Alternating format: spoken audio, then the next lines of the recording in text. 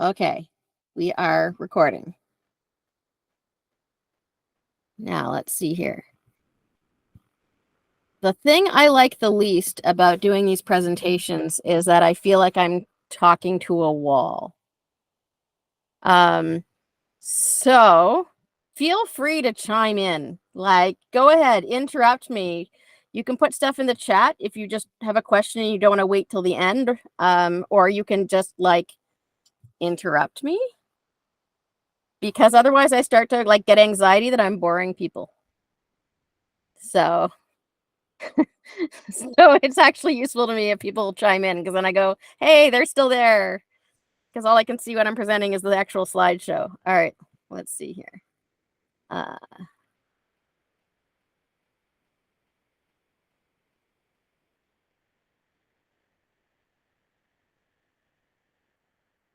Okay, can everybody see the slideshow? Yes? Okay, good. All right. And I'm going to get started as soon as I can figure out how to hit play from the beginning.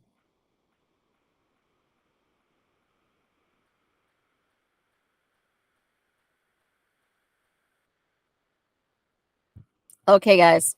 So today we're talking about safe leash handling. Oh, I'm going to turn off my video so I am less self-conscious while speaking. There we go. Okay. I swear half of the behavior problems and a lot of the injuries out there just come from the way the owners handle the leash. And I don't want anyone to feel bad about their leash handling, because at the end of this, I'm going to show you some professional trainers and you guys can tell me what you think about their leash handling. Also, if you want to really feel superior, you can absolutely go through my YouTube videos and stuff and make fun of all the times I'm not holding the leash perfectly correctly. But it's pretty common for us, when we know the dog isn't planning on pulling us over, to not always hold the leash 100% correctly. But I have a wrecked right ring finger due to that. And I'm sure a lot of you have personally heard my story of the French Bulldog that I did not pay enough attention to. And so now I have a wrecked ring finger.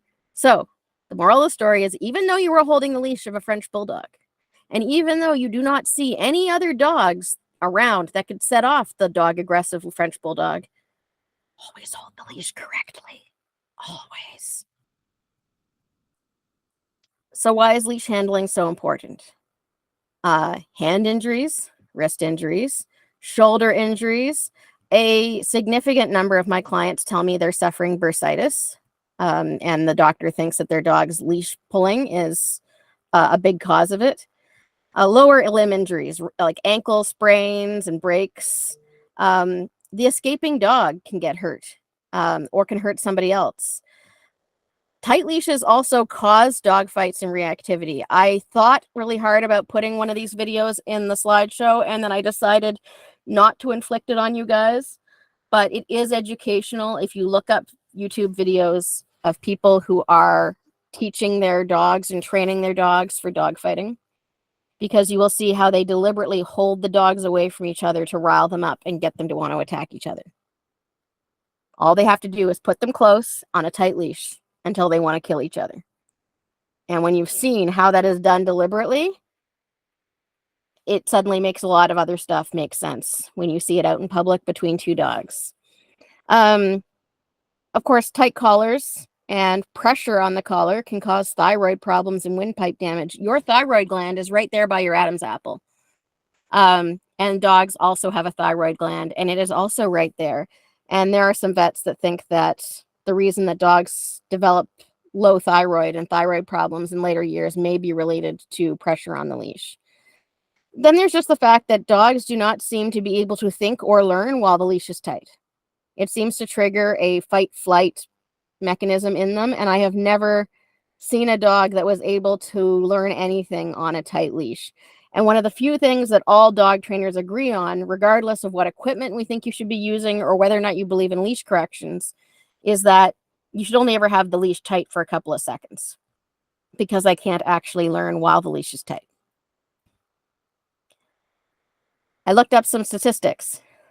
350,000 dog leash-related injuries were estimated to have been treated at U.S. emergency departments during 2001 to 2018, resulting in over 60 estimated dog leash-related injuries per 1 million U.S. population. Notably, the estimated rate of dog leash-related injuries increased during the time period. So it's getting worse, probably because more and more people are having dogs or whatever. But yeah, it's getting worse. And it's a major problem. So let's talk about the hand and the wrist injuries. Your digits can get bent backward or broken. Ligament injuries often don't heal. Did you know that? I know that because that's why I no longer have a right ring finger that works. Oh yeah, and Marta says that she sees it a lot in rescues. I bet. I bet a lot of stuff you see in rescue. Because yeah, it's a major problem. People, when they fall, they put their hands out to protect their faces, and it causes sprains and breaks. Leashes wrapped around your wrist or your hand can cause compression injuries, sprains, and breakages. And then there's just this word. It's called degloving. I recommend you think twice before you Google it. It's called degloving. I'm pretty sure you can imagine what it refers to. Yeah, you don't want it to happen to you. This smiling lady in the picture had it happen to her.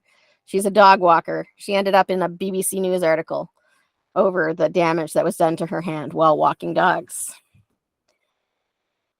Shoulder injuries and bursitis. Like I said, a lot of my clients suffer from bursitis. And bursitis is an inflammation of like the cushions in your joint. So basically, when the dog is constantly yanking on your arm and your arm is attached to your shoulder, it can cause a lot of strain in those soft tissues that connect your shoulder to your arm.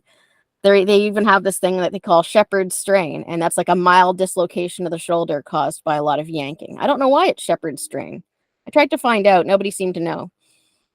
But it's caused by the arm being pulled outward and yanked repeatedly, which is what happens when people's dogs are yanking on a leash. Then, of course, there's lower limb injuries. You have ankle sprains and fractures when you lose your balance. You get stress fractures just from overuse or a sudden strain. So you don't even have to really fall or do anything really serious. Your ankle can just crack for no reason, like just because you had one too many strains put on it, and this was the end of the road for that. Tendonitis, which is inflammation of the tendons, really hard to treat, really painful. Knee injuries from falling, or you get twisted as the dog pulls you. Tripping, tangling in the leash, super dangerous. I've seen some really deep ankle and calf cuts from those thin cord-like ones in the retractable leashes. Some of them are really, really slim cord. And I met a 7-year-old girl who had like a really dark scar going all around her leg. And she told me it was because her little dog wrapped around her leg and then pulled on the leash and it dug right into the skin. Super painful. Back to research stuff. This study found that approximately 65% of dog leash related injuries of the lower extremity treated at U.S. hospitals were due to a trip or tangle with the leash, while 30% were due to a pull. This pattern may be related to the mechanics involved in these circumstances of injury. A trip or a tangle is likely to directly involve the lower extremity, and injuries may occur as the person falls or attempts to break their fall. In contrast, a pull typically occurs when the person is holding onto or attached to the leash with their hand or arm. As a result, the upper extremity may be more likely to be injured. Pull injuries might affect the lower extremity as the person tries to maintain control of the dog or is pulled off their feet or dragged by the dog.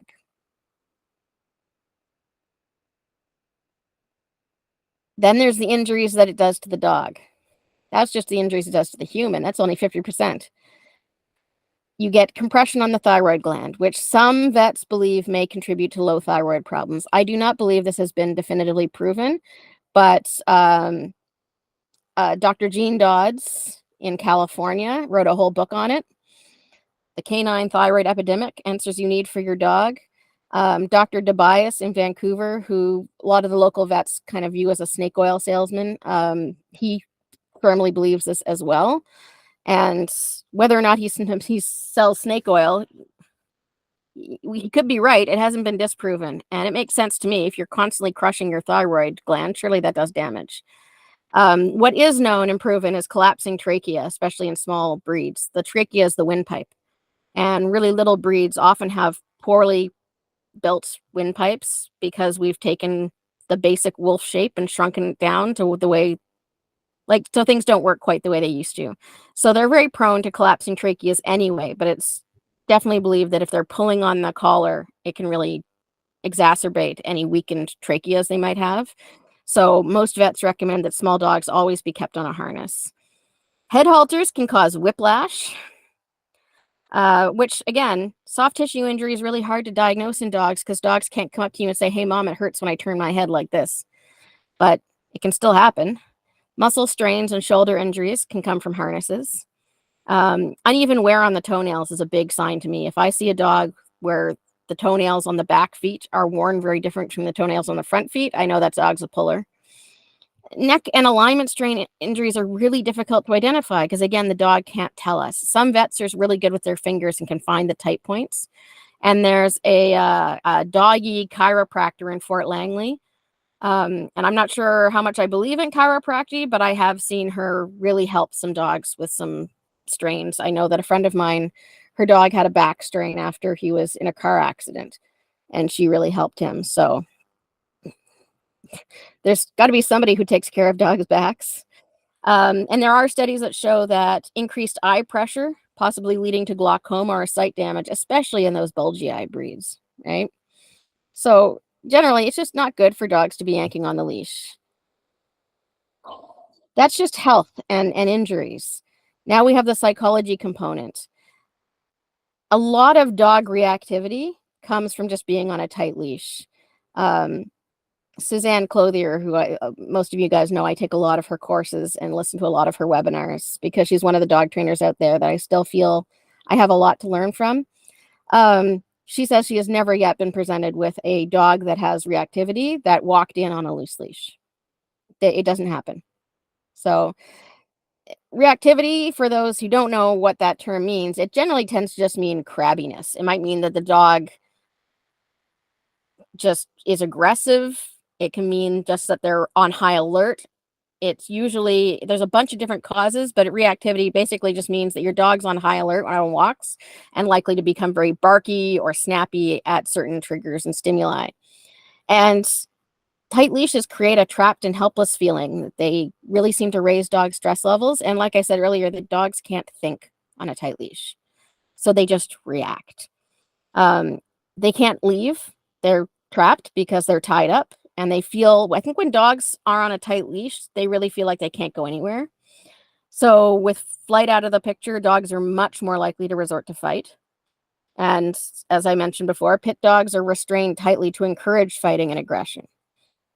When I say pit dogs, I don't mean pit bulls. I mean dogs used in dog fighting pits, which, yes, are frequently pit bulls, which is why they're called pit bulls. But pit dogs are any dogs used for dog fighting. When dogs are unable to express their natural body language by moving freely, it's going to lead to misunderstandings when two dogs are interacting with each other.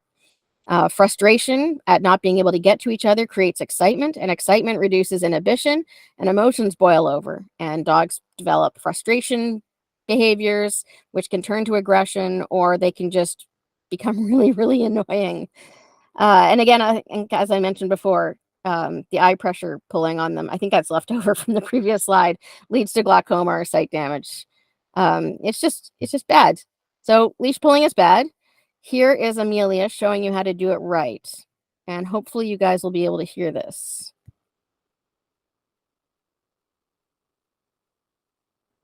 Great. Okay. So this is how I want you to hold your leash. You got your thumb through and you're holding like that. Okay. If she's going to pull, I want two hands. I want it by your hip. And you're going to set your weight back in your heels so that she can't pull you off balance. Okay. So again, thumb is through and then you're holding it. Two hands at your waist. Okay. I definitely don't want you to wrap it up around your wrist. Really dangerous for your wrist, but it also changes the length of the leash. Also don't want you to make it shorter in any other way. By grabbing it here, even if there's a fancy handle there, by holding it tight like this over your head, like she's a marionette.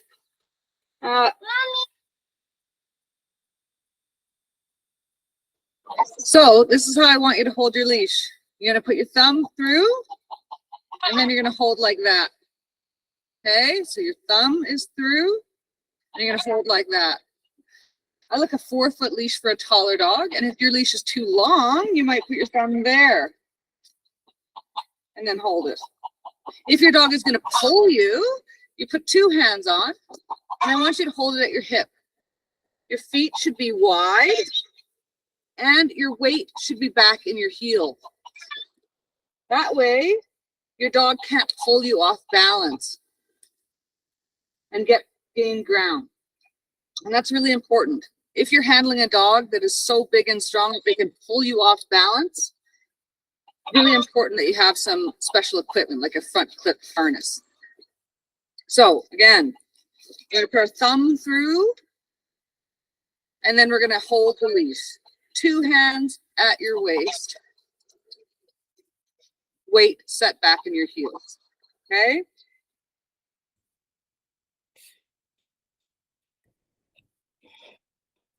Now, is everybody able to hear that? Is my sound working and everything? Good. Nobody unmuted to say, Carol, you know, we can't hear any of that, right? Good. So that's Amelia. Oops, nope. How do I get to the next slide? There we go. Like Amelia said, you use the thumb lock fist grip in one hand. And this should be in the hand that is opposite of the dog usually, because you want to have your other hand free to deliver treats or to lock down if you really need to have that second hand. So if your dog is on the left, your anchor hand's going to be on the right. The anchor hand belongs at your waist and it is anchored there. The leash should always exit your hand at the ring and pinky finger. It should not be coming out the top of your hand. The pinky finger holds an incredible amount of your grip strength. Respect the strength of the pinky finger. And you can ask like hand therapists and stuff about this. The ring and pinky finger hold like 50% of your grip. That's where your strength is. So that's where you want the leash coming out. Now your second hand, you can use that to help hold on to the leash if the dog's really pulling. Most of the time, you're just going to have it free and full of treats. And you want to have that hand on the side of the dog. You can use it to finesse the leash a little bit if you need to. For those who ride horses, the way that we hold reins is a good way to use your second hand if you feel like you need to put it on the leash briefly just to stop your dog from like eating something, or because you chose a leash that was too long and now it's puddling around the dog's feet when they're right next to you. Remember the strength of your ring and pinky fingers. So again, the leash that's closest, the part of the leash that's closest to the dog should also be where your pinky and ring fingers are. You can put landmarks on your leash too. If you want to have like the landmark for when you want your dog to go sniff bushes and pee, and then the landmark that you shorten the leash to when you want to start walking through the mall. It's useful if you pick the same spots on your leash again and again, so your dog gets used to the different, like certain lengths. When you pick and choose, I've just randomly decided you're going to have 2 3/4 feet today, and then tomorrow you're going to have 4 feet, and then today you're going to have 3. That's the kind of stuff that drives dogs absolutely crazy. Now you're going to use physics. We're going to watch a clip from Squid Game. So slight apologies to those who have not yet watched Squid Game. This may contain a few mild spoilers. Don't worry, there's no blood or anything like that. It's not that kind of a clip from Squid Game. Why are there 2 of these? Oh, I see. Not that one. We want this one first.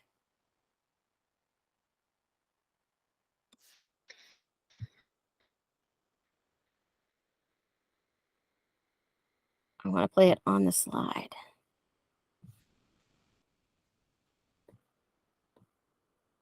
This one. Play.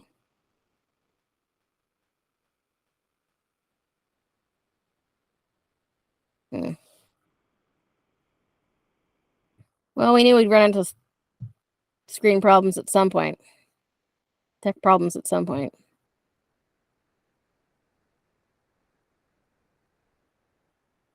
Fine. I'm going to stop sharing there. And I'll share.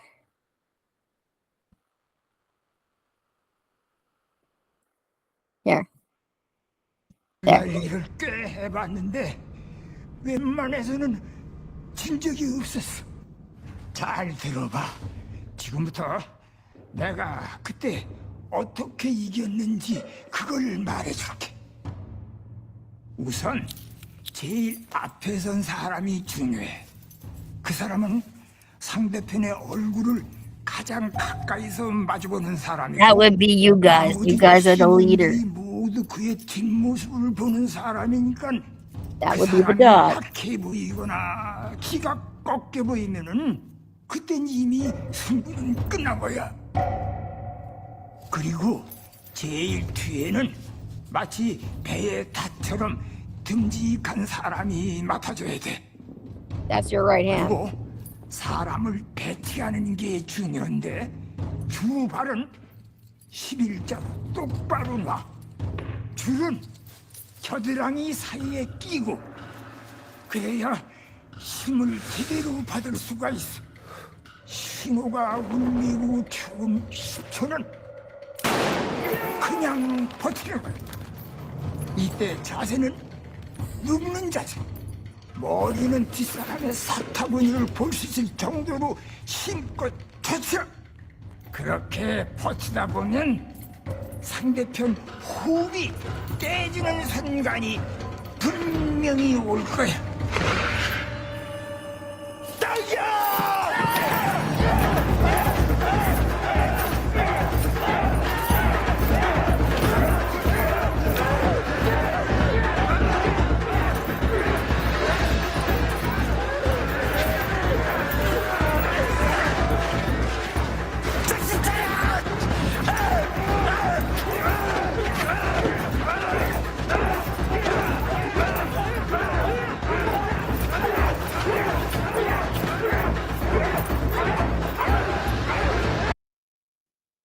All right. Who knew you could learn leash manners from Squid Games, hey? But it's actually a very good explanation of the physics behind making sure you don't get pulled over. So let's present again. Let's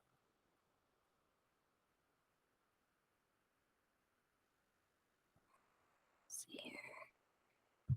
Back to our slideshow.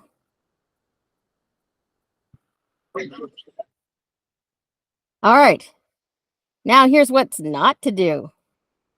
If you hold your arm out and away from your body, you create a lever that your dog can use to pull you over. That's why we want your hand down and by your waist. Otherwise, this can happen.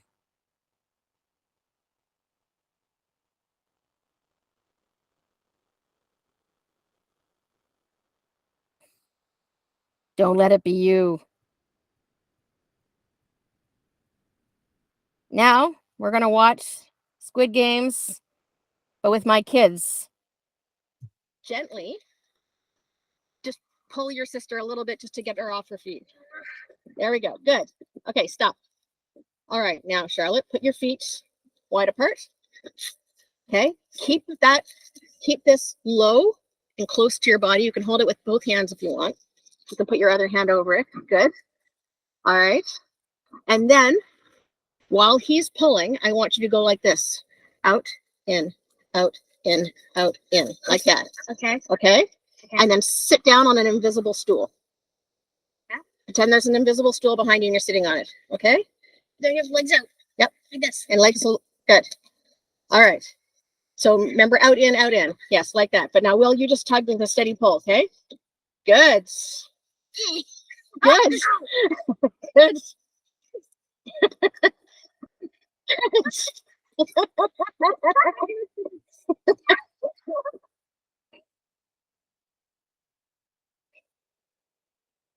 That rhythmic tugging is really important because the dog can't pull against it, but that doesn't mean that I'm recommending leash corrections. Forget leash corrections. The so-called leash correction, which for those people who may have lived in a miraculous part of the world where you're not told to choke your dog, is a harsh and punishing jerk on the neck that is meant to punish the dog for pulling. The reason it works is for the same reason that Charlotte's little jiggles worked on her brother. It's hard to pull if you're constantly having the pressure released and then grabbed and released and grabbed. You can't lean against it. That's why you have like these rhythmic pulling in the tug of war game, because everything has to go in that rhythm. You don't need to leash correct. The whole like yanking the chain as a punishment on the neck thing is completely unnecessary. The choke chains and pinch collars and all the other corrective equipment up there are all based on this fundamentally flawed understanding of why leash corrections appear to work. It's the rhythmic tug on the leash. They don't need to be harsh. They don't need to be punitive. Sometimes I just jiggle the leash like an annoying kid tugging on her mom's sleeve, like mom, mom, mom, mom, mom. It's not intended to be punitive. It's just that if the dog is trying to pull you over, your best bet of saving yourself and your front teeth and your knees and your dog's thyroid is to just gently release and pull back and release and pull back. And this is a saving mechanism to stop you from being pulled over and stop something more dangerous from happening. It can be very gentle. It can be very rhythmic. It is not intended to be punishing, and it is not going to do damage to your dog's trachea or thyroid gland. If anything, it is designed to stop your dog from putting any pressure on their throat for more than a second or two, because you immediately release that pressure again. So if you feel the need, if you feel like your dog's going to pull you over, you use that rhythmic tugging to get yourself back into balance. But the goal is not to punish your dog. It's just to break their ability to pull you over. Jerking the leash as a punitive gesture or to try and vent your irritation on the dog it's never okay. Like, it's not okay. I don't care if you're a little old lady and you have a big Great Dane. You are more powerful than that dog because you have control over their entire life, and they cannot speak. It's not right. Your dog has a reason for wanting to pull, and that reason can be because you have taught them that leashes are tools for forcing each other to go from point A to point B. So we're going to talk about that later too. It's also important to remember that if you cannot stop yourself from yanking on your dog's leash or dragging your dog around, you don't get to judge your dog for trying to do it back to you. Like, you're a human being. Your brain is much bigger and more complicated. And if it's hard for us to stop ourselves from tugging on the dog, we don't have the right to judge the dog for trying to tug on us. No. I started looking for stock photos of people holding leashes wrong, and I realized I couldn't find any stock photos of leashes being held right. So, take this opportunity to unmute yourselves. What's wrong with this picture? Who wants to tell me what's wrong with this picture? The way she's holding the dog's leash across her body, so she's not in, she's holding it with both hands, so if the dog pulls, she's going with it forward. Yes, so her arms are not up against her waist. She's got her arms forward, creating a lever. I'm okay with the leash being across the body, but it's, as you can see, she's got the leash shortened, which is shortening the leverage that she has on the dog. The longer the handle, the more leverage you have. And at least she's holding it correctly in that her pinky finger is pointing towards the dog. But if we look over at what is supposed to be her anchor hand, where's the leash? It's wrapped around her wrist. Wrapped around her wrists, yeah. Which I am totally guilty of doing if I'm walking like a Bichon Frise or a puppy. But it is an excellent way to break your wrist. It's a great way to break your wrist. So if this dog decides to go, her arms are in front of her body. She's going to get pulled forward, and then she's going to break her wrist. So let's go to the next stock photo I found. What's wrong with this one, guys?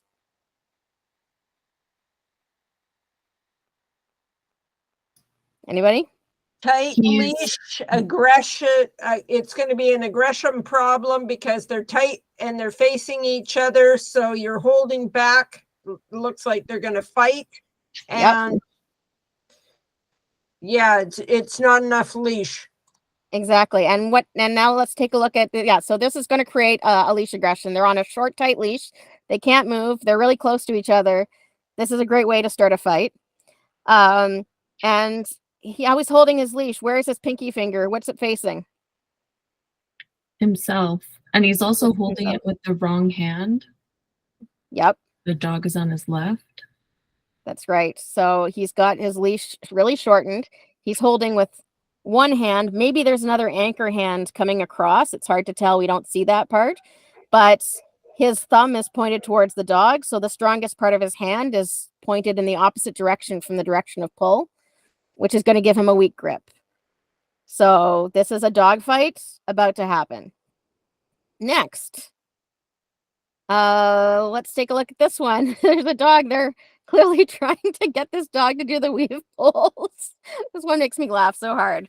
Like, you got the trainer who's holding out a treat. Is the dog looking at the treat? The dog has clearly no interest in the treat. No, the dog has no idea what's going on with that treat. Dog is looking off at something over on the right. We don't know what the dog's looking at, but it's certainly not focused on the weave pulls. And then the owner's got the leash like way up in the air. So he's marionetting the pup. You can see the collar rising up. You can see that he's holding the leash so tight that it's actually putting pressure on the dog's neck because the collar is rising up. And it's like, is this dog going to learn anything about weave pulls in this picture? Absolutely not. He's on a tight leash. He sees a bird or I don't know what, something off to the side. He's not engaged in the leash pulls. His leash is tight. He's not going to learn anything. I'm like, wow. You look up like agility lesson and you see this. And I'm just like, oh dear. This is like 2 seconds before the dog went woof and took off after whatever it is he sees off screen there.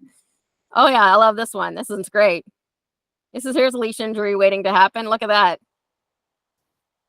Is that the gloving thing? It could be. That's a great way to do it. Yep. If you want to get degloved, this is a great way to do it. She's got the leash wrapped around her hand multiple times. Now, if you are holding the leash on a dog that you know cannot pull you over, then just having your hand through the loop and holding the fingers around the loop is not the end of the world. That whole, like the thumb lock one is for when you really are prepared for a pull. But hey, this dog absolutely does look like they're about to pull. Their tail is up. They're focused on something up ahead. The leash is tight and the person's arm is way out in front in perfect lever zone. So as soon as that dog goes, they're just going to topple that 5 or 6 foot tower behind them right over. And then all those loops of leash are either going to damage this person's fingers or possibly deglove their hand. So it's just painful just looking at this one. I just looked up for like dog on leash and I got this and I was like, oh my God. There's another one. This one's wrapped around the wrist and the fingers, arm straight out in front.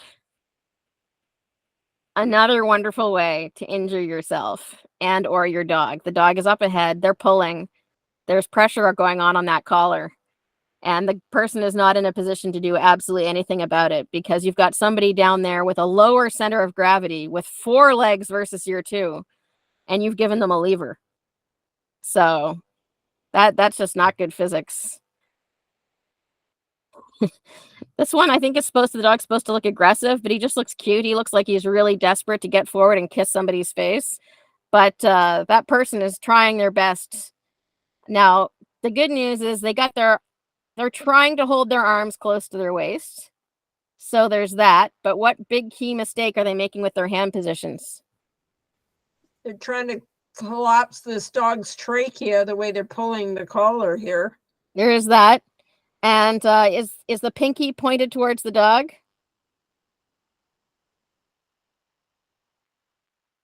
It's hard to see around the stock photo, but you can see that it's actually, they've got the thumbs pointed toward the dog. So they're pinky, they're like, this rope could easily just slide right through that hand and give them rope burn because their strongest half of their hand is not what's in control and not what's closest to the dog at this moment.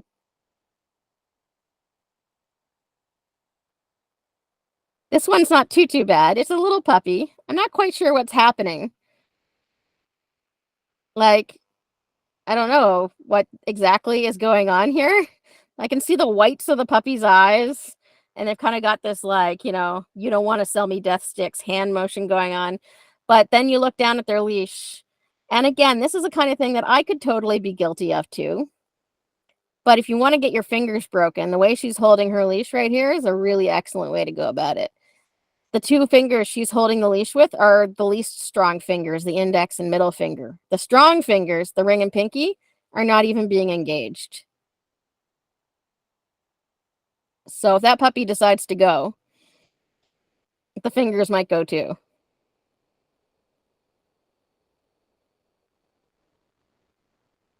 This one, I almost wonder if it's AI art because there's something funky going on with the leash on the left one. It kind of just disappears into space.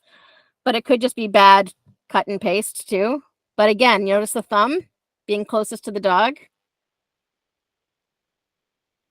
And it's so short, the puppy is like on their back legs, raised up from the ground, and the leash is still tight. Now, if your dog does not have enough leash to reach the ground, they're going to be on a tight leash.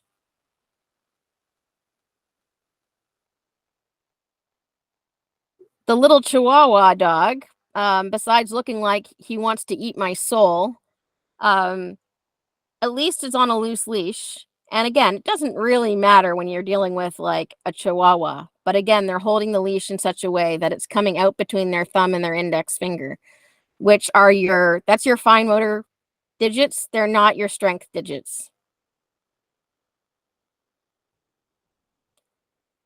So here's Suzanne Clothier, my hero.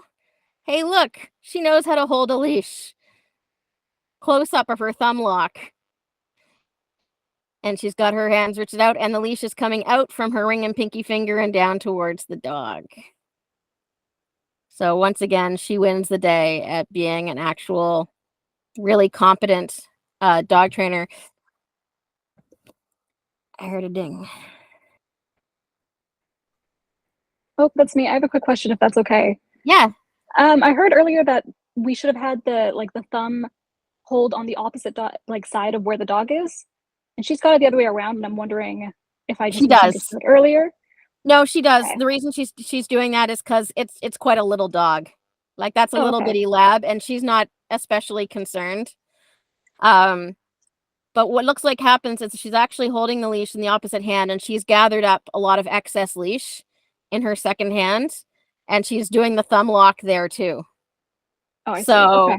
But yeah, normally if you'd want to have that hand free for delivering treats and such, but it looks like she's holding quite a long leash and she's gathered it up. But either just gathering it up, she's still made sure that she's holding it safely. Is there much else that would change with a smaller dog?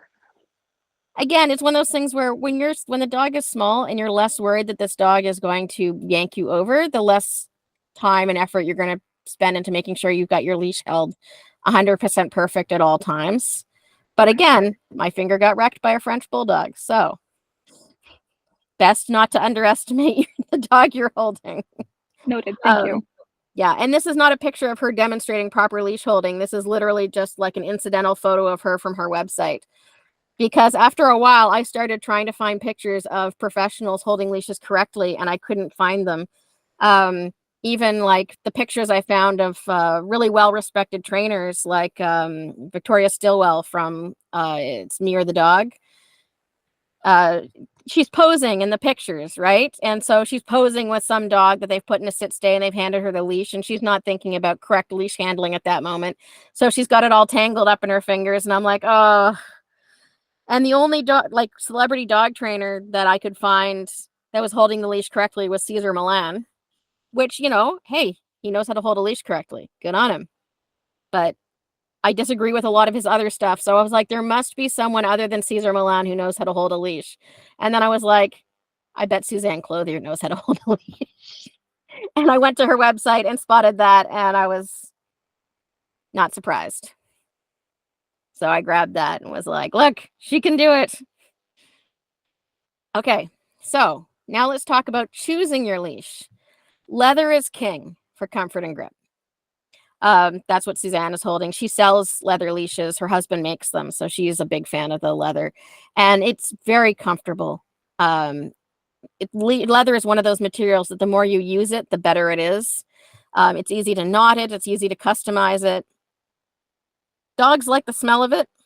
They also like the taste of it. So it's not really great for puppies because your dog will chew it.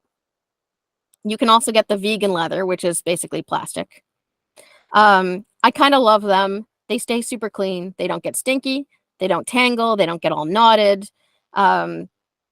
It's a nice material. It's not as comfortable and flexible as leather, but it's also a lot less easy for the dogs to chew up. The most common leashes you guys see are the nylon leashes, but boy, nylon leashes hurt if they slide through your hand. So you better make sure you got your pinky grip going, because if they pull that through your hand, you're going to get burned. And also some of them, if you have sensory issues like me, there are certain nylon leashes that I find very sensorily unpleasant to hold. I have to like go around and finger the leashes before I decide whether I can hold this one or not. Bungee leashes are becoming increasingly common. I've had some clients have a lot of success with a bungee leash, so I'm not coming down hard on bungee leashes. For me, the way I learned to handle and manage the leash, I find them really difficult because I think it takes an entirely different method. But all I really know is if the dog is really determined to go for some, let's say a marijuana butt on the ground, and your dog is about to eat it, that's when I want to reach down with my second hand and grab that leash and physically stop them from eating the marijuana butt. And a bungee leash just stretches and they get to it anyway. So I think they have their place, but I don't enjoy using them personally. I like to be able to have a bit more control. I have wool leashes, and wool is kind of hard to find. But if you can find, they're super comfy and they have just the right amount of give. Like they have just a bit of stretch so that when your dog hits the end of the leash, it's not a really hard jerk that's going to like give them whiplash or anything. And wool is an extremely strong material, especially if it's knitted. But if people hold the leash wrong and it slides through their hand, it burns way worse than nylon. It's also hard to clean. So there's that. When you're picking a leash, you kind of have to consider your context. If you're looking for something for the dog to drag through the dirt on an off-leash hike because you just want to be sure that you can get your dog back, maybe their recall isn't perfect yet, I wouldn't choose, for example, wool to drag through the mud.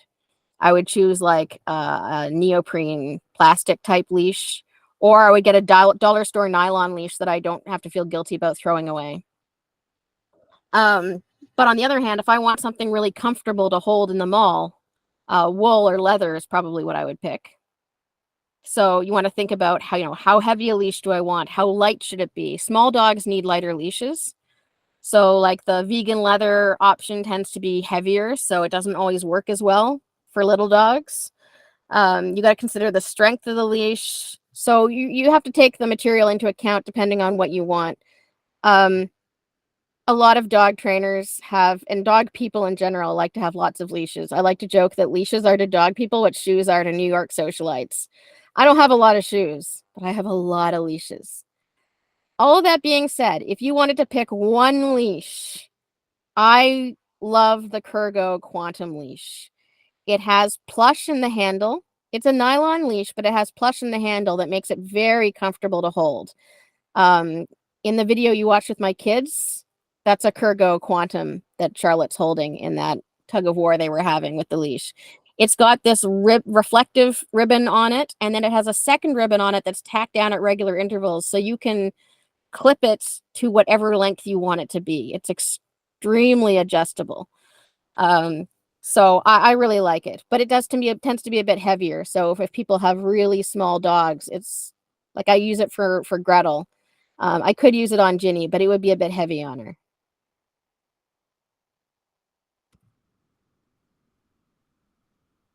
I heard another ding. Marta, you raised your hand. I would like to know where we would get that leash. I have found it in Bosley's before. Amazon is the easy answer. It's on Amazon. But I have found it on Bosley's. So if you want to try and Bosley's is not really a local brand because it's owned by Pet Value now, which is a much bigger brand. But still, I mean, it's owned by local franchisees. So if you want to support local business, I would try a Bosley's or two. They sell Kurgo products, and sometimes they have the Quantum in stock. Otherwise, you can get it on Amazon.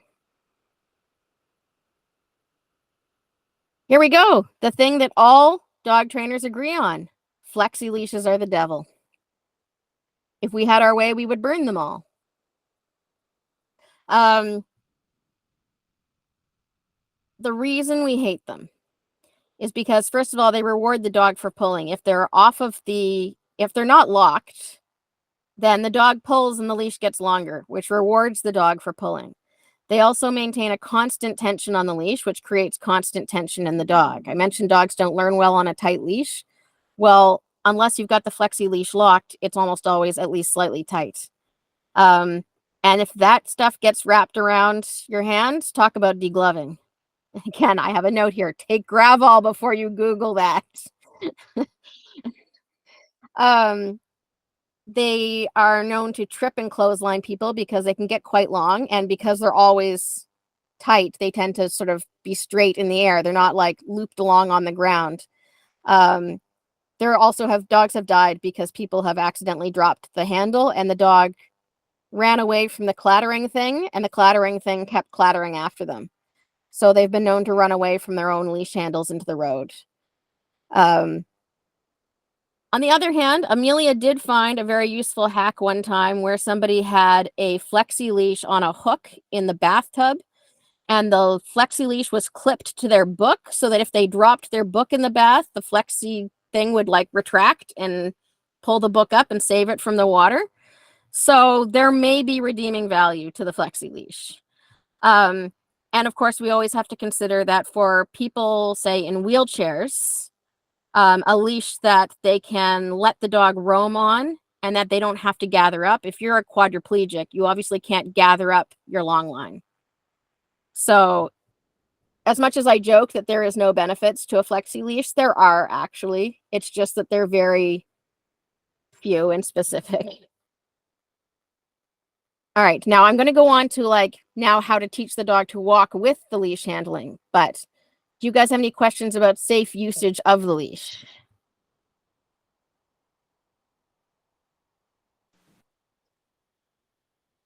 Marta.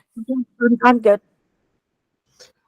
I wanted to ask, first off, I wanted to know, when you were talking about collapsed trachea, is that, because I had a dog before Odin that had that, and then she had a pacemaker, so they wouldn't allow me to have a collar on her after, which was great. So she had a harness. Can they get collapsed trachea because Odin pulls, and I'm concerned he's going to get that from a harness. Can that happen from a harness, first off? Probably. I have seen, depending on the construction of the harness, I have seen some harnesses where if the leash is clipped to the dog to the back and not the front, and the harness rises high enough up on the dog's chest, I have seen dogs pull on the harness hard enough to make themselves cough. So I think it's probably possible. And of course, we have to remember that collapsing trachea is partially genetic. So, I would never blame someone whose dog had collapsing trachea and say, well, it's your fault, you choked your dog or you let them pull on the leash, because really it's just a matter of if they have soft cartilaginous rings around their dog's trachea, then if the dog gets too excited, then those could collapse anyway. But there is studies that show that too much, obviously, if you have a soft crushable windpipe and you're constantly crushing it, that's not good. So but yeah, I think you could. I think that if a harness is the wrong construction, and if the dog's really pulling a lot, I think I've seen dogs have to cough even though they're on a harness. Interesting. Thank you. I appreciate that. I'm sorry to interrupt what you were saying. No, I like questions. So it makes me feel like people are listening and I'm not just sitting in my closet talking to myself. All right, let's go on to correct leash handling. how to use the leash for safety and prevention rather than as some kind of a training tool. We're going to talk about equipment. Amelia mentioned in her video that if you have a dog that's really strong and can pull you over, even when you're holding the leash right and you're sitting on your invisible stool and you've got a wide stance and you're using your Squid Game, you know, pump and release rhythmic tactics, then it's time to start looking at other equipment. When you start talking about what equipment to put dogs on, you enter a really political area of the dog training community, because everybody has a very strong opinion about equipment. What I ask is, first of all, is this equipment designed to create discomfort and pain, or is it just meant to give you physical leverage? So is it based on physics or is it based on discomfort?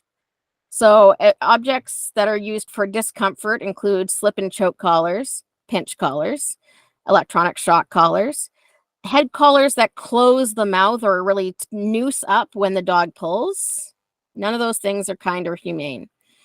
If it's a head collar that doesn't tighten or close the mouth, it's just there for leverage. It's no different at that point from a head halter that you would put on a horse. You know, we're not talking about a bridle with a bit. We're just talking about something over the horse's head so you can lead them from the barn to the pasture.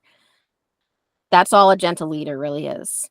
And front clip harnesses, they give you leverage because when the dog pulls, they're twisted to the side.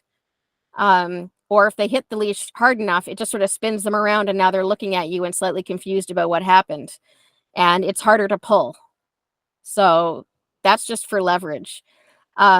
Neutral martingales. Those are the collars that are like flat collars, but they've got a little bit of chain or a loop that connects them so that when they pull, it goes a little bit tighter, but not a lot tighter. If they are sized in such a way that the tightest the collar goes is as tight as you would make a regular flat collar be anyway, it's not going to choke the dog. If anything, I find that dogs tend to prefer martingales because when they're not pulling on the leash, the martingale hangs super loose. But then again, flat collars, back clip harnesses, these are not going to give you any real leverage over the dog, but they shouldn't cause the dog any real physical discomfort either. Unless the dog is, you know, again, they can be on a flat collar, and if they're pulling hard enough, they're still going to start choking. But it's not designed to do that. You want to use the minimum amount of leverage you need to feel that you are safe. And you want to use the equipment that gets the most amount of buy-in from the dog. Your dog should get to decide what is most comfortable and least aversive to them personally. When trainers get really shirty about, well, that dog should be in a harness or that dog should be in a head halter, some dogs hate harnesses. And we like to promote them as like the most humane thing out there, and they probably are. But if the dog hates wearing them, the dog is just like, no, I hate this, I hate having it on my body, they should get a say in what it's going to. No, we're wearing this because it's more humane than the thing that you prefer. And the dog's like, humane for who? I'm probably the one wearing it.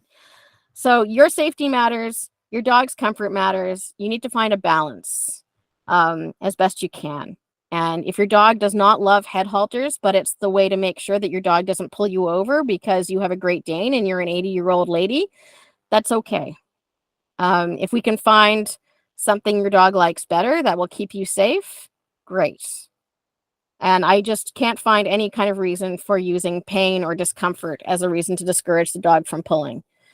If you have a head halter on a dog, I can walk in a 100-pound American bulldog, like with my index finger if they're on a head halter. I can control a 1,000-pound horse with a head halter.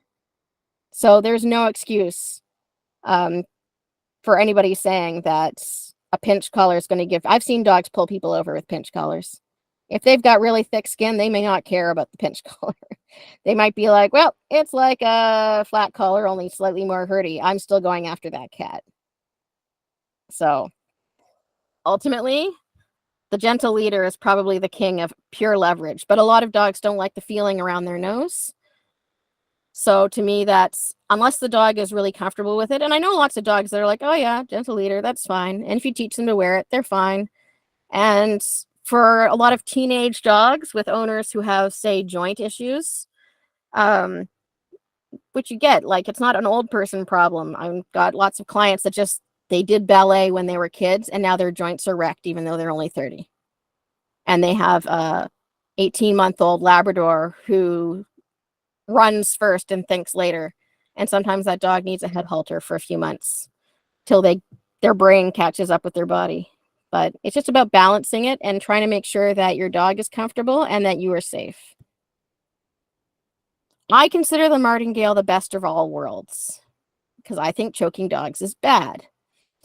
But most dogs, when you give them the choice of all the possible attachment equipment, they often will choose a Martingale or choke chain arrangement. If you say to the dog, do you want to wear your flat collar or do you want to wear this choke chain? I have met dogs who go, oh yeah, I like the choke chain. They don't like having their face or their body impeded much. They always want to wear the lightest. They want to be as nude as possible. And a slip collar, choke chain, or a flat collar are a lot less equipment than a harness. So a martingale is similar to a slip collar or choke chain, except that it doesn't choke. Those slip style collars, they hang really loose on the dog. And the dog can scratch under the collar easily. And I find that they like that. They like a nice, loose, necklacey type of collar instead of something that's tight around their neck. So the martingale is a slip style collar, but it has a stop on it to prevent choking. At pads, the dogs all wore choke chains, but we had a stopper on them. We would take a key ring and measure around the dog's neck and find at what point the leash was, like the collar was pulled tight enough that it would start to constrict the dog. And we would put a key ring on it there to stop the slippage so that the dog wouldn't actually be noosed. And the reason that we did that is because A, the dogs like wearing the light chain collar. And for people with quadriplegia or cerebral palsy, a slip collar that just slips right over the dog's head and doesn't have any fancy buckles is the absolute easiest thing to put on their dog. So we would do that.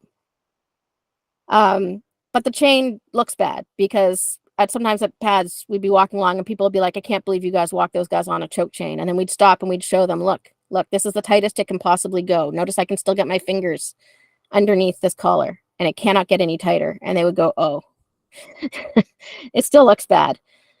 So the martingale looks like a flat collar. And when you size it properly, it should be sized in such a way that even if it's pulled tight, it's no tighter than an average flat collar would be on your dog. And when it's not pulled tight, it hangs a lot looser. There's a local indigenous owned brand in Squamish called Silverfoot. They make beautiful designs. And I've seen their stuff available in Bosley's as well. And you can get it online as well. Or like I have one of my clients drive up to Squamish to get them to fit a harness onto her dog. Now, while a lot of dogs will choose a martingale to wear, they don't help with leverage. They're very neutral. And they will still apply pressure to the dog's neck if the dog is yanking on it because the leash is attached to the collar. So it's not designed to create pressure around the dog's neck, but if the dog is pulling, it will still create pressure.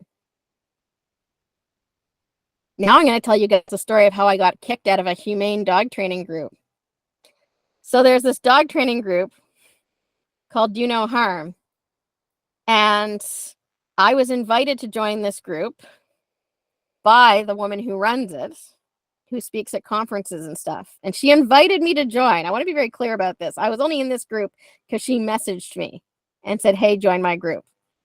And then one day somebody posted this thing saying, hello, dear all. As we speak, I'm on a debate in a Greek thread about training therapy or dogs for the blind. The handler of the dog replied to my comment about using martingale collars, that they follow hundreds of years of experience according to the US and European standards. But I mentioned that no dog deserves to feel uncomfortable, and especially therapy dogs. It's so unfair. I'm speechless and sad. So somebody else commented and said, please be wary of demonizing the disabled community using service dogs. My own assistance dog was trained force-free, and I have never and would never use aversives on him. But on more than one occasion, I've had to endure people saying how cruel I am just to have an assistance dog.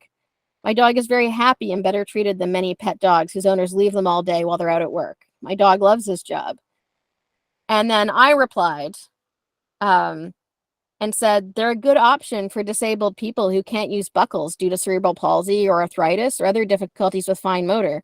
They slip on over the head with no buckles, so a lot of service dog schools use them. If they're being used for leash corrections, that's a problem with the training. Because I had people, because I replied and was like, okay, no, but really, what's wrong with martingales? Why is everyone mad? And people are like, because you shouldn't choke or leash correct dogs. And I'm like, well, they shouldn't be used for leash corrections. The whole point is that they don't choke the dog. I said, I've seen people with flat buckle collars use leash corrections, and I've seen dogs choke even on flat collars. So anyone who's determined to hurt a dog can hurt them. Martingales aren't designed to choke or punish. They're designed to slip on and off easily and rest loosely around the dog's neck.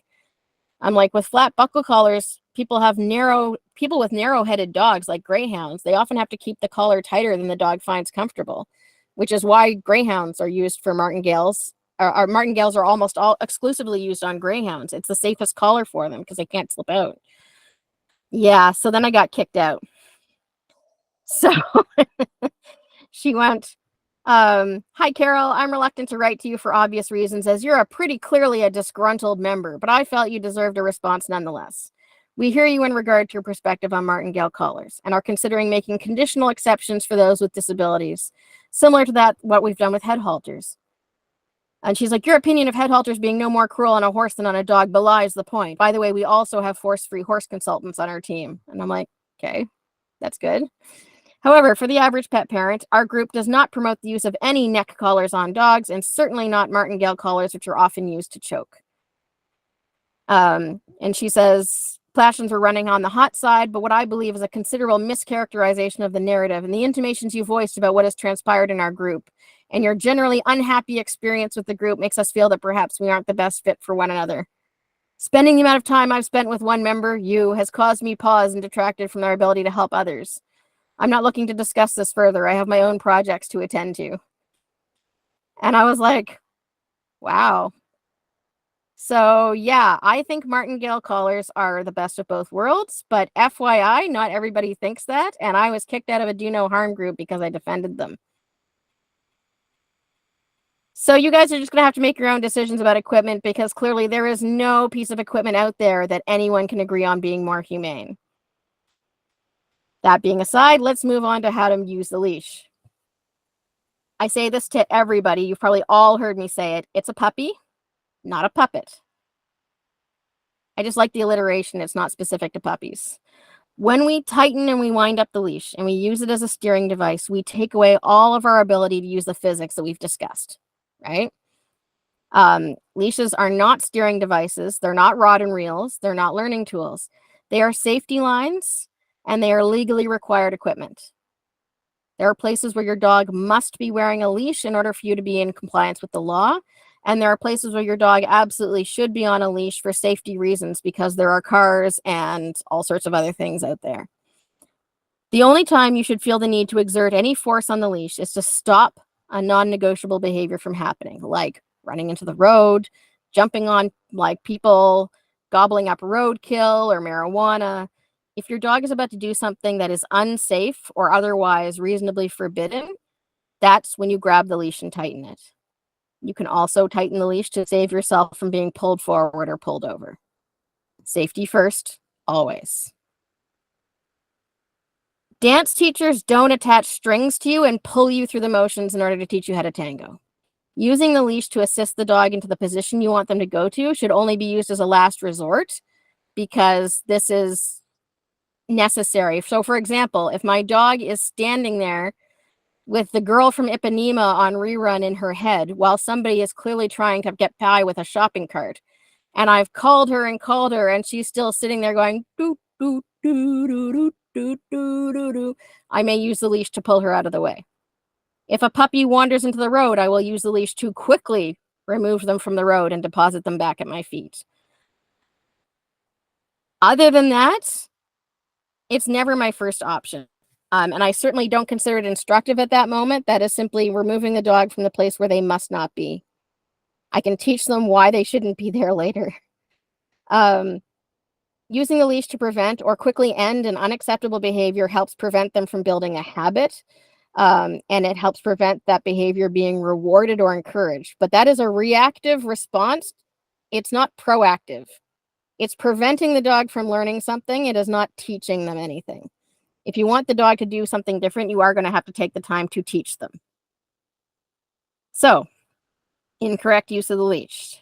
Tightening the leash while the dog moves forward just to hold them in place next to you. I see this all the time, guys. If any of you are one of the people that I have caught doing this, you are not alone. I see this every day. And sometimes I get men especially tell me quite proudly, oh yeah, my dog always heels. I just hold him here right next to me when I walk. And I'm like, okay. It's just teaching them that they can move forward while the leash is tight. The tight leash doesn't mean anything. They can still move forward, and that isn't helpful. Steering the dog into heel position just teaches them to go where they're pulled. It doesn't teach them where the heel position is. And I've had some people strongly disagree. No, my dog absolutely knows heel. And I'm like, well, I've watched you steer them into place the last 3 times. And they say, nobody knows. And I say, okay. And then I say, all right, drop the leash and ask the dog to heel. That's the test. Or, as we've discussed, restraining the dog when they're practically nose to nose with another dog is a great way to start a dog fight. The pro dog fighters use this technique all the time. My Sheltie Odin was so sensitive to a tight leash that if the leash tightened at all when he was greeting another dog, he would immediately go into reaction mode. I got to the point where if another dog came up to say hi, I just dropped the leash.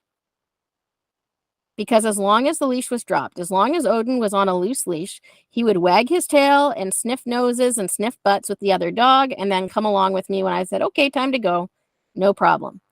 But if I was holding the leash and he wrapped himself around the other owner's legs while trying to sniff the other dog's butt and his leash went tight, he would immediately turn into Cujo. He never hurt the other dog, but he would immediately go rah, rah, rah, rah, rah, and make a bunch of noise and scare the other dog and their owner senseless. And so I would just drop the leash and it prevented the problem. He was very sensitive to being on a tight leash. As soon as the tight leash happened, he was like, I'm trapped and this dog will eat me. And if he was off leash, he was fine. He enjoyed meeting other dogs. So drop the leash, let him say hi. Okay, let's go. And then I would pick up the leash and we'd move again. Your appropriate uses of the leash should be proactive, not reactive. So you stand on the leash because your dog is about to greet somebody and you know your dog is going to try and jump up on them. That is a good use of the leash. You say, well, if my dog doesn't jump up, then the leash won't go tight. And this prevents them from building a jumping habit. You can use your second hand to stop the dog from grabbing a tasty piece of garbage off the side of the road, which prevents the dog from learning to eat garbage, and it also probably saves you a $1,000 vet visit. You can also use your second hand to prevent the dog from wandering into the street or wandering in front of someone in the store. The best way to avoid building bad habits is to physically prevent them from happening to begin with. So the image on the right should not have happened. This is one of those moments where you would grab the leash and shorten it and make sure the dog does not get to lovingly lick the waffle, because this is not a habit you want to build. So the use of the leash is to prevent these habits from being built and to physically stop the dog from doing things that are absolutely not okay. And letting your service dog lick a waffle plate in a restaurant is absolutely not okay. This is how your leash should look.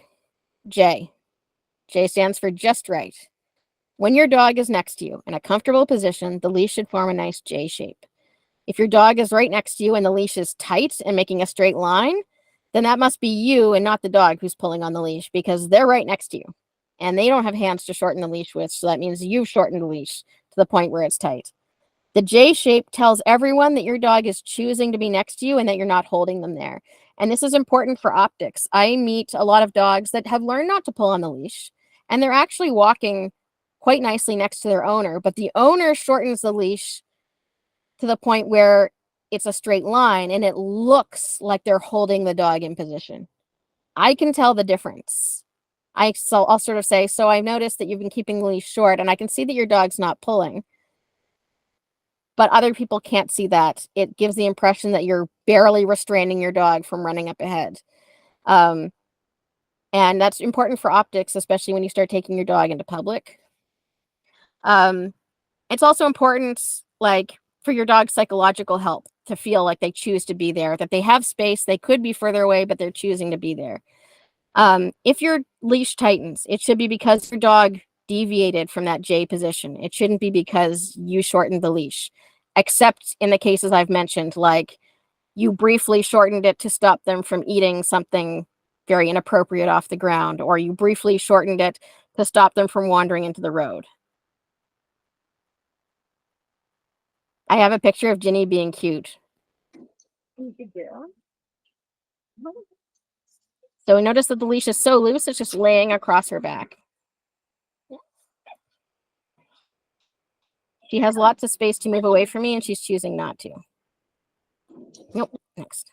Okay, so imagine there are circles around yourself. Imagine where you would ideally like your dog to be. That area is the green zone. Right next to you, looking up into your face, all those things you imagine your dog doing when they're fully trained. Then you can picture the distance that it's okay for your dog to go, even if maybe you're not super thrilled about it. Especially if you're on like a sniffy walk, there should be a good zone where they can roam around and sniff bushes. And maybe you're not like applauding and throwing treats at them, but you're also fine with it. Now you imagine a distance that's just way too far. It's like they're off the road, or it's a good 4 or 5 feet from you. It's getting to the point where if someone tries to pass you on the street, they're going to get clotheslined. You pick this imaginary red zone, which is where you do not want the dog to go. So on a trail, that could be like a good 20 feet in front of you, but in Walmart, it might be like only a foot in front of you. The leash should go from J to straight at that forbidden distance. So when they're in the green zone, it's a nice saggy J. When they're moving through the fine zone, it's maybe not as lovely of a curvy J, but it's still quite loose. And then the second they move into that forbidden range, that's when the leash should go tight. When the leash goes tight, the worst thing you could ever do is let your dog move forward while that leash is tight. Now, this includes you tightening it and holding the dog in place. If you have tightened the leash to stop them from going for something, they should not be able to go forward. The tight leash should mean you can't go forward.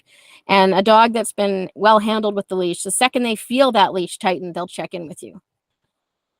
Tight leash should translate to the dog as stop. If the dog can still move while their leash is tight, then the tight leash doesn't mean anything. It doesn't communicate anything to them, which is why they choke themselves and still continue to pull, because they're like, well, whatever, the only way I can move forward is with the tight leash. And dogs are dogs, so they will absolutely choke themselves if that's the only way they can get to sniff and go visit that other dog. When you're teaching a dog how to walk on the leash, you don't want to have a destination in mind. With learning to walk, the goal is to be able to move together as a pair. So you're holding the leash appropriately, and the dog has moved close enough to you, and the J shape appears in the leash, so now you can move forward. Condition B, your dog has moved far enough away that the leash is now in a straight line, and you have to stop and not let them proceed further ahead. It's really that simple. It takes incredible amounts of patience. None of us is perfect at it. That includes me. But when we try to focus on the idea of moving as a team, is the leash saggy? Then we can move. If the leash is tight, oops, we cannot go forward. The only reason the leash should go tight should be because you tightened the leash, or because you moved away from the dog and they didn't notice or keep up with you, or because the dog moved away from you. So here's me walking a puppy. That's a good girl. You weren't going to go in the Galena, you'll recognize this puppy.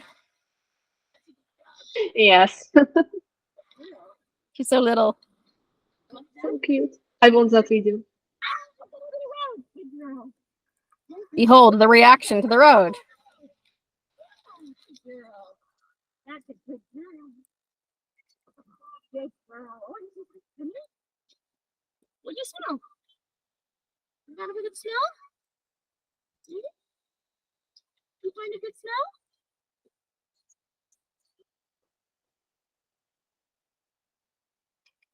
You ready to go? I gave her lots of leeway because she's a little puppy on a sniffy walk. I would not give her that much time in a Walmart. Good job. Hey, wait up. Hey.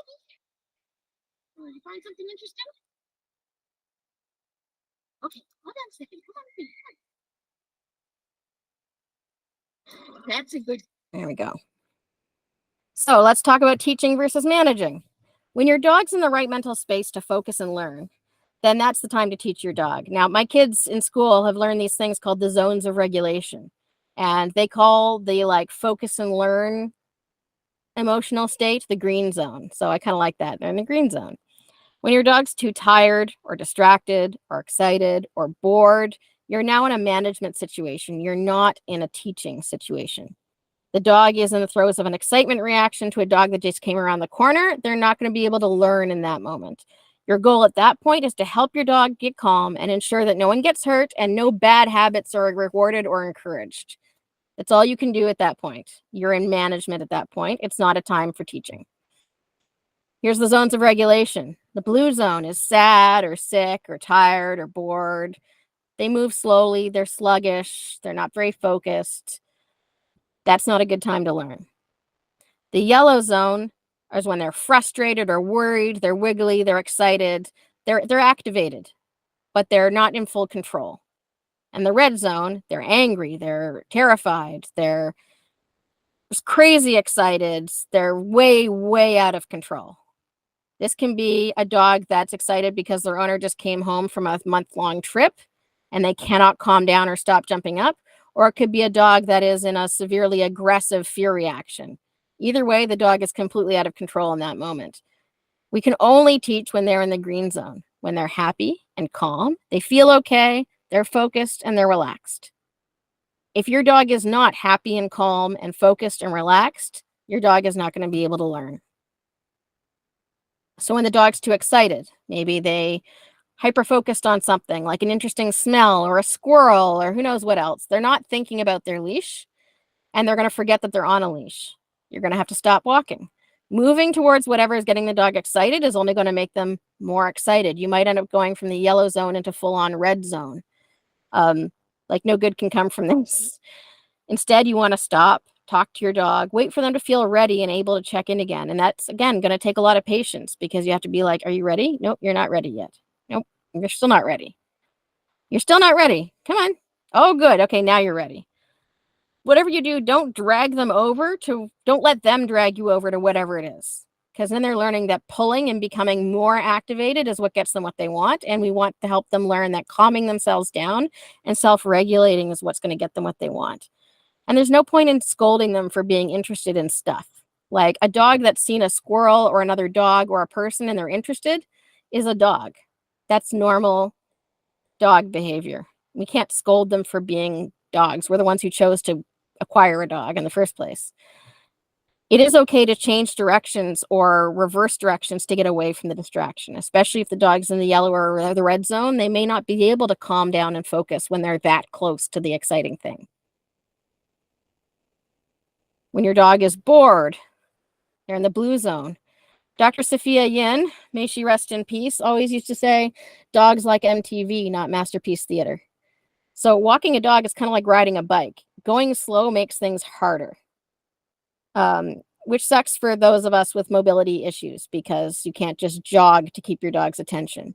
But the fact is that dogs have twice as many legs as we do, and they naturally move at like a ground-eating trot, but we amble about on our long pendulums that can go for forever, but we're not fast.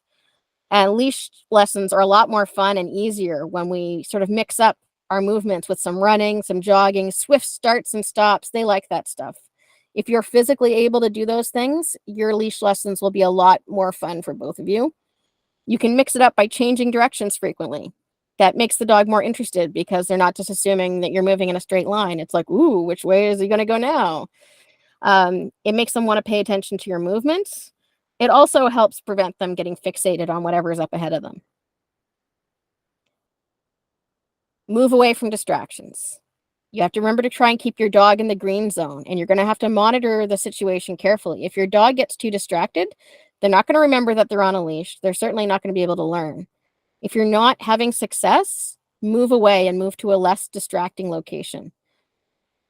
Do not keep moving towards distractions that you know are going to amp your dog up. You have to check in with them. Are you ready? You see that dog over there? Are you able to check in with me and be calm? Very good. Now we can move forward. If your dog loses their chill, get out of the situation. Remaining in it is only going to build their associations with being excited in those situations and it's going to build bad habits, and they're not going to be able to learn. Rewards help, but you have to use them wisely. Treats help reduce the frustration. If the dog is frustrated because they can't eat the meat in the deli section, treats help. But sometimes they're only compensation. If your dog's goal is to move forward, treats for returning to you are only going to help a moment. They're like, ooh, I really want to get to that other dog. Yep, I'm going to check in, take a piece of hot dog, and then I'm going to rush ahead again.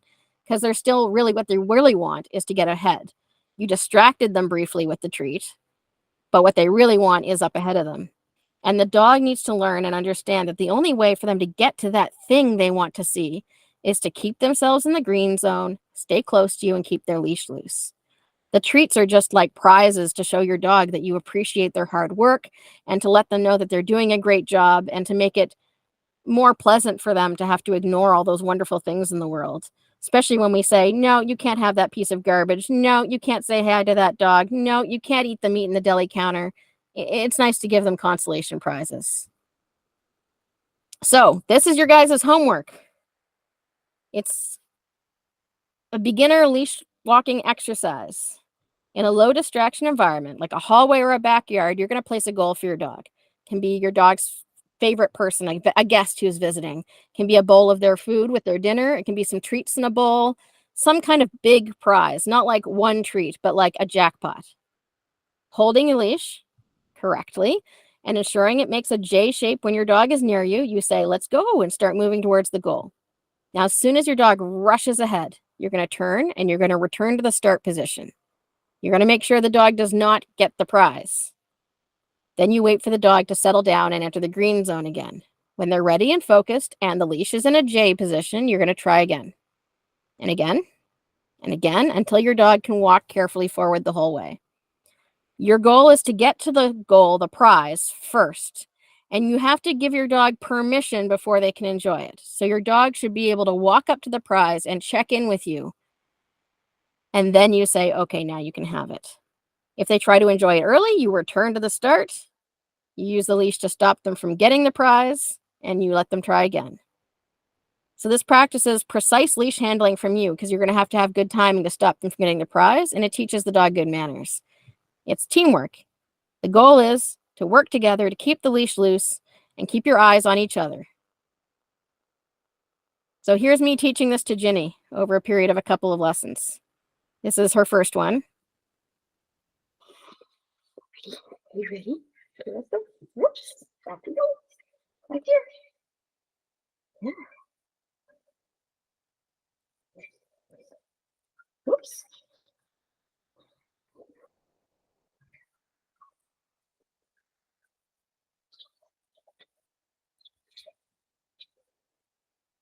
Whoops. Back we go. Back in the stairs. Oh, no, let's go. Come on. Come on. Yes. Good girl. Good girl. Okay, we're gonna do it again. This way. Good girl. What a good girl. That's a good girl. Okay, ready? You ready? Good girl.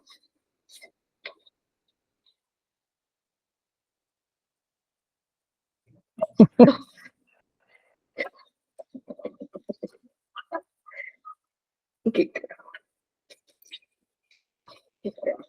Oh, Gretel, you got up? No. You got up. Okay. Next attempt.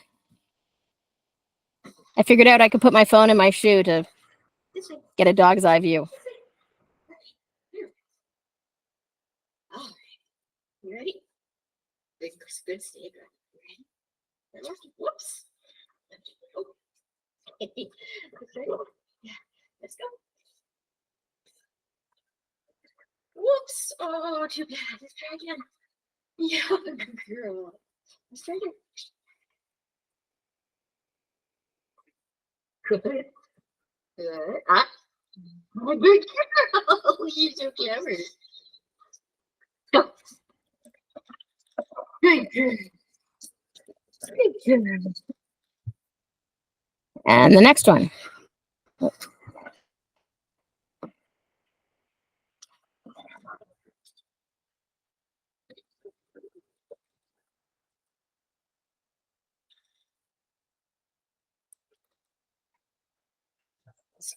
Right? Okay. Oh, let go. There you go. Good stay, girl. Good job. Would you like to keep going? Come on, get right back there. Come on, you can do it. That's a good girl. Let's try this. That's a good girl. Good girl. Let's go. Come on. Let's go. Great girl. Oh, you were so close. You were so close. Temptation is terrible, isn't it? Let's go.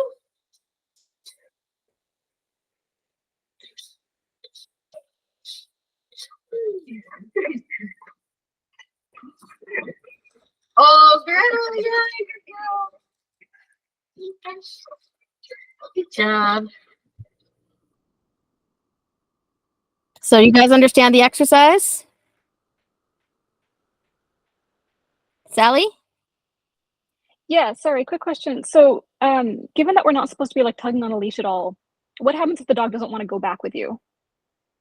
Like to the starting position? It's easy for me with Ginny because she's very small. So if I'm going, she's coming with me. If the dog really planted and didn't want to come, I would just stop and be like, okay, what are you going to do? Sometimes you have to let them think it through. They're going to keep on staring longingly at the bowl. And I'm going to keep on saying, yeah, you got to come this way. At the second time you saw me asking Ginny for a little bit more. At first, I was okay with her being ahead a little bit. The second session, I was like, no, come on and get into heel position. And I had to kind of encourage her to come into that position, right? But the dog wants to get to the bowl of food. And if you're saying, well, this is what we need to do in order to get there, sometimes you just have to stand there and talk a little bit and be like, come on. And the dog's like, but I Okay. want the food. And you're like, yeah, I know you want the food. So come on this way. And they will come along with you eventually. And then you make a big fuss over them. Lots of praise, lots of encouragement because they did a hard thing. And then once they figure out, like, oh, moving towards you is how we get there, then you get a lot more buy-in from them, right? And, you know, Ginny makes it look super easy because while I haven't done a lot of formal training with her, Gretel is my dog. Ginny is like the emergency backup dog.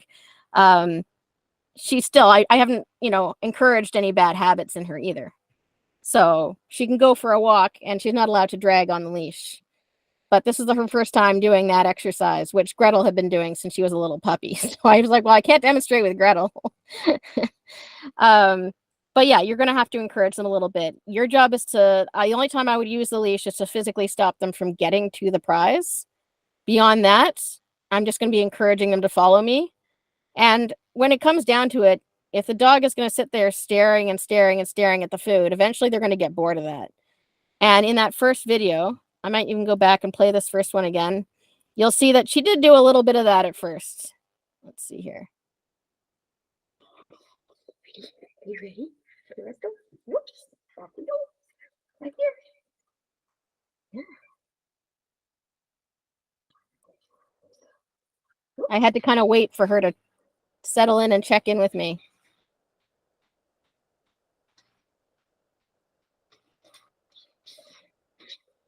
But you notice I'm not pulling her back.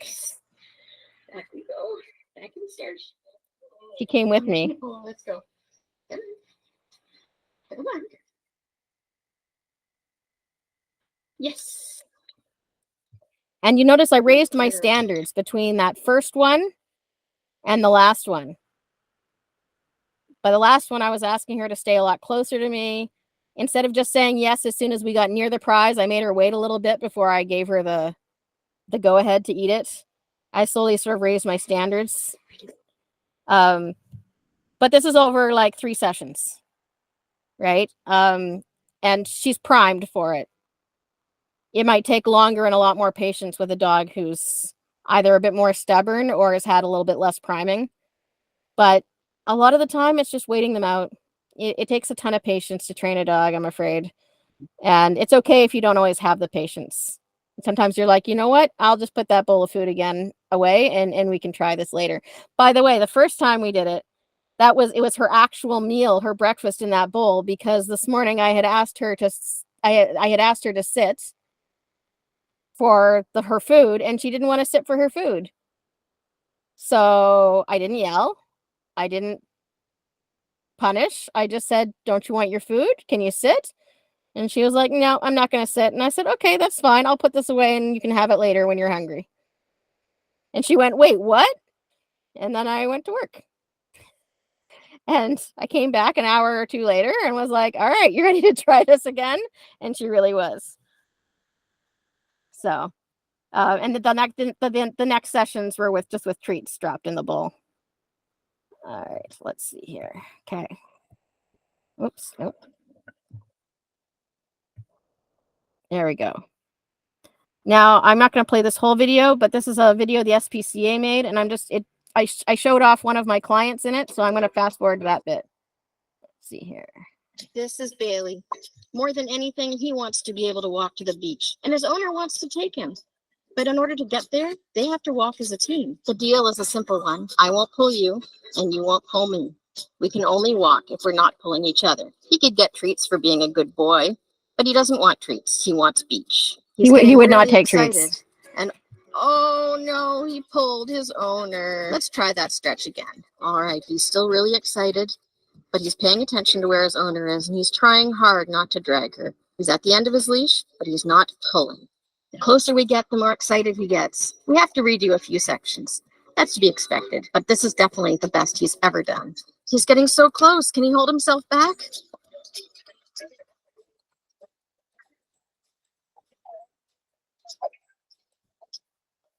It took multiple sessions for us to make it to the beach. There were, I think the first 2 or 3 times we did it, we only ever made part of the way.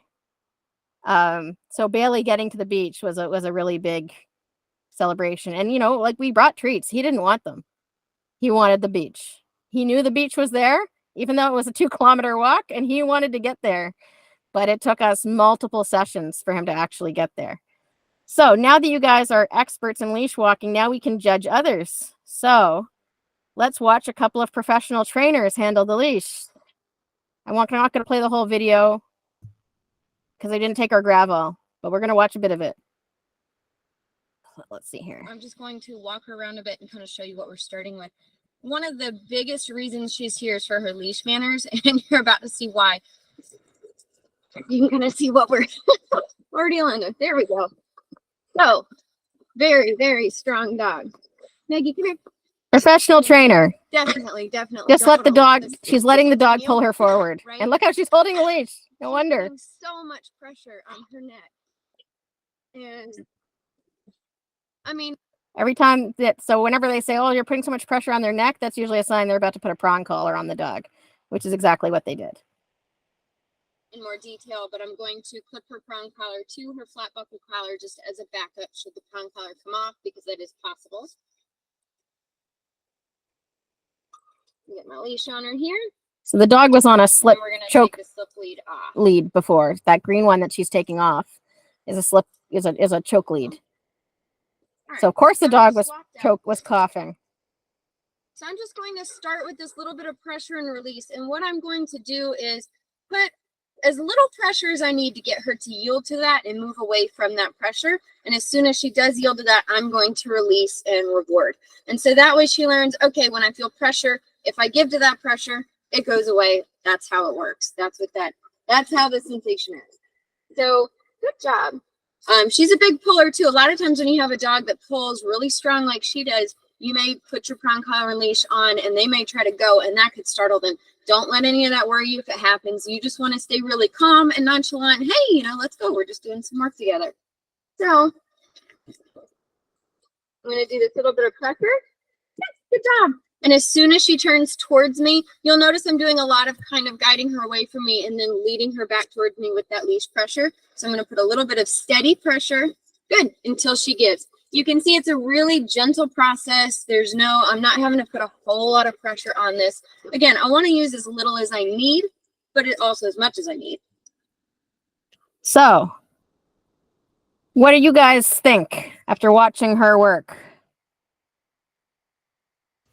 I think the dog should put a prong collar on her and let her see what it feels like to do that. There's a really funny episode of It's Me or the Dog where Victoria Stilwell put the prong collar on the owner. It was great. But So, I mean, notice a lot of the problems that are happening with this dog are handler problems. In the opening bit where she's got the choke collar on the dog, she's letting the dog pull her. She's holding her arms out in a way that makes it easier for the dogs to pull. She's like leaning back against it, but with her arms out like that, and she's not holding the leash properly. So the dog is able to pull her while choking. She puts the prong collar on, and now she can get the dog's attention and get the dog to yield because she's given herself more power over the dog. But that's just compensating for the fact that she doesn't know how to handle the leash properly, right? Like she's like, oh, look, I put the prong collar on and now I can train the dog. Yeah, that's true. But what she's doing, you know, adding a little bit of pressure and then praising the dog when the dog yields and moves toward her, that could be done with any kind of equipment, as long as you're able to stop the dog from pulling you over, right? Like the fact that the prong collar makes it uncomfortable for the dog to pull so they yield faster, that's a nice cheat for her. But what's really makes it work is the fact that when the dog is not able to proceed forward, and when the dog checks in with her, she's like, oh, good. But that could be done with any equipment. Like that's the same thing I did with Ginny. I just didn't feel the need to put a prong collar on her. So let's see here. Let's go on to the next one. Now this guy, he's like, oh, no treats, no prong, no e-collar. He's very, very proud of himself for not having to use that kind of equipment. This dog's life is about to change. Look at this. Look at this. You think this is okay? Yeah, because it's a lab. Life is about to change right now. I bet. Let's get forward through that bit. Where's it? He's already mouthing my hand. When they dropped him off It's a yesterday, lab. she visibly laughed when we said that we are going to walk this dog on a normal collar. He pulled her over yesterday. He's an unneutered 11-month-old dog. When's the toughest time knowing a dog? 9 months. He's already mouthing my hand. Yeah, because it's a lab. This dog's life is about to change. Look at this. Pull your hands out of his mouth. You think this is okay? This dog's life is about to change right now. I grabbed the dog and I didn't fix it because I want you to see the toughness on the walk. The minute I start changing and I deal with that, the walk gets better. And you guys want to see the worst. You want to see a dog like your dog. You see him just mouth my hand? That is totally, absolutely unacceptable. Not because it hurt, because this dog's going, yeah, I'm going to mouth you because I feel like it. I'm going to pull you down the street because I feel like it. I'm going to do whatever I want. That's this dog's attitude. Look at this. Look at this. Now, is it jerky? Not really, but he just does what he wants. Those days are over. And it starts right now, and it's on camera for you. I have not walked this dog. I have not trained this dog. He got to us yesterday. It's done. And that's the attitude you guys have to have. Yeah. Okay? Now start doing the thing. Let's see how this goes. I got my treats. Treats may be a part of the deal. Oh, yeah. First walk. I actually like treats for this guy. Oh, he's going to bite the leash. Of course he is. Not the worst thing in the world. My dog does that when he's all frustrated. I'm going to be a place of reinforcement. I think we're going to need all the help we can get with this dog. Oh. You don't want him. Do you want him? You didn't need it. Okay. I think we're going to need all the help we can get with this guy. Sit. Good boy. Let's see. Sit. He's excited, man. He sees dogs. He's just like loses his mind. He doesn't like the treats. I'm an anxious lab that won't eat treats. Okay. Oh. Oh. He's already a little tripped out. Oh, Joel, oh my God, he's scared. He's not scared, but he's not his normal, I do whatever I want self. Sit. Scared. When I say sit and hit, sit. When I say sit and his tail goes, no. This is calmness. This dog needs calmness in his life. Okay. Good boy. Good boy. If this is your front yard, you're going to go You're going to flip around, then you're going to go out. And actually, the difference. Okay, I can't watch anymore. This dog's life is about Nope. to change. Look at this. No, Look at I said this. I can't watch anymore. You think this is okay? I can't watch it. This dog's Why? life is about to change. Look at this. Look at this. Okay. Switching off of that. There we go. Okay. So he took the dog off the prong collar. That's nice. And he got treats. So he's a nice guy, right? What do you think, Marta? I think he's an ass. Sorry, I won't swear here. I think he's an ass and an egomaniac, and the dog didn't like him. The dog was afraid of him, and labs are mouthy because they're labs. I agree. I was going to ask a question. When the dog bites its leash, my dog does that too. Yeah. They're trying to play. So what's a corrective behavior or corrective thing to do when they start doing that?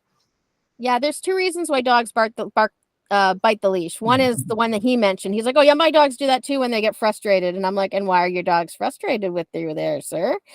But so dogs, I've seen dogs do it because they were frustrated and they were trying to take the leash out of the hands of the owner that was jerking them around.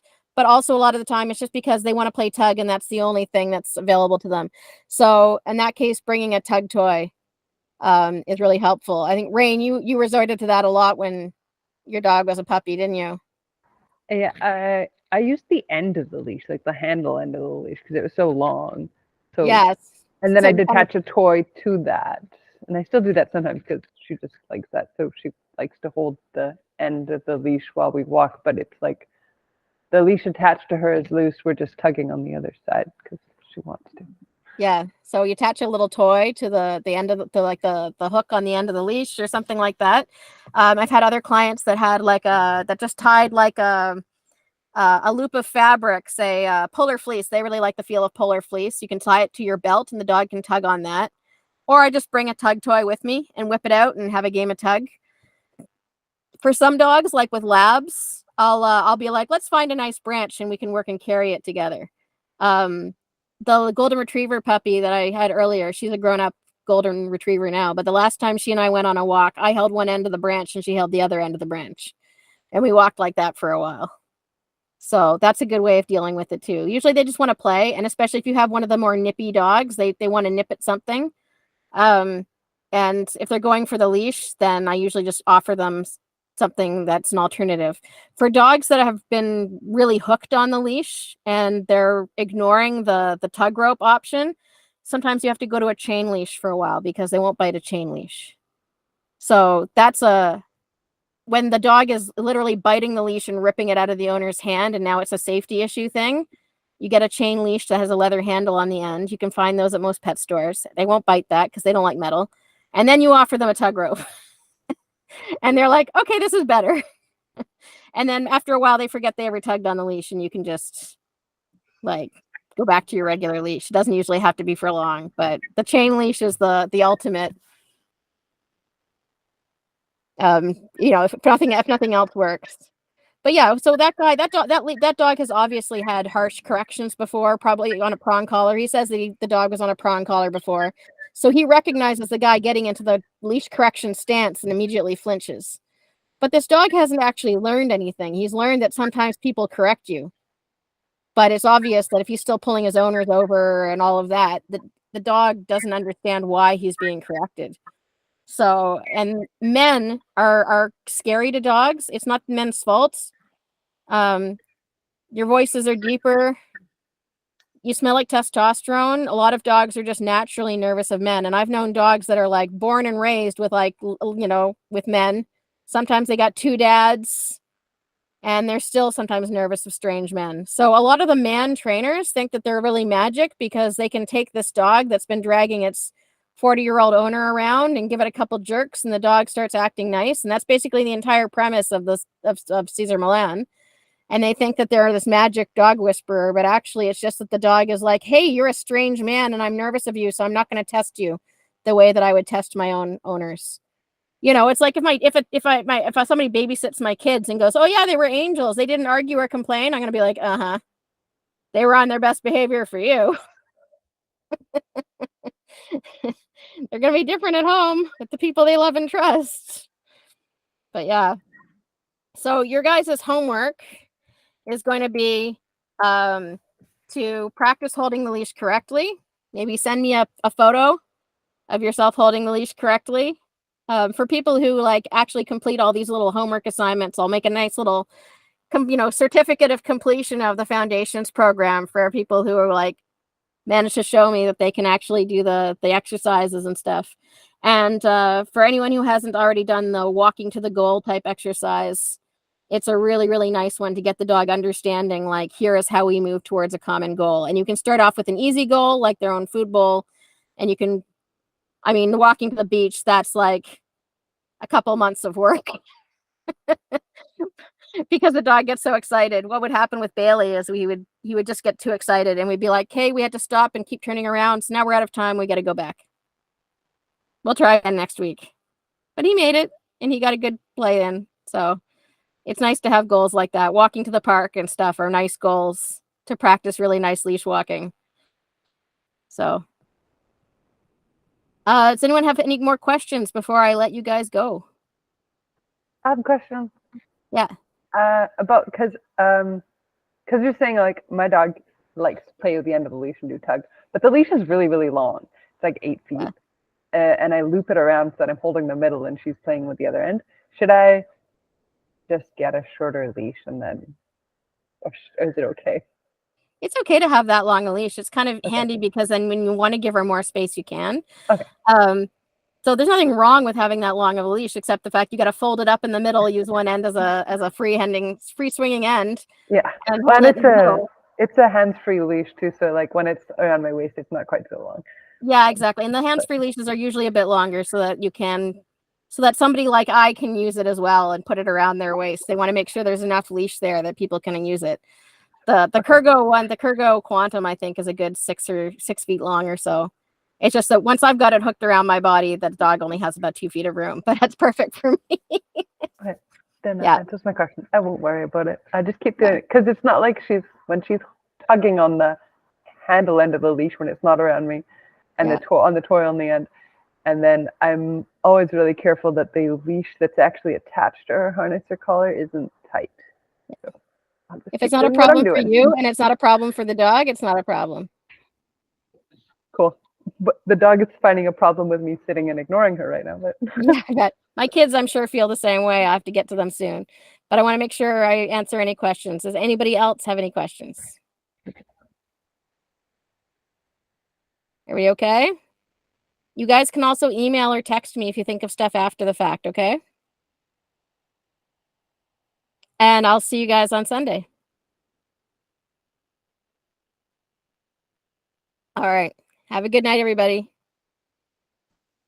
Thank you. That was awesome. Thanks. I'm glad you were able to join. Thank you, Carol. My pleasure. I'll see you next time. Thank you.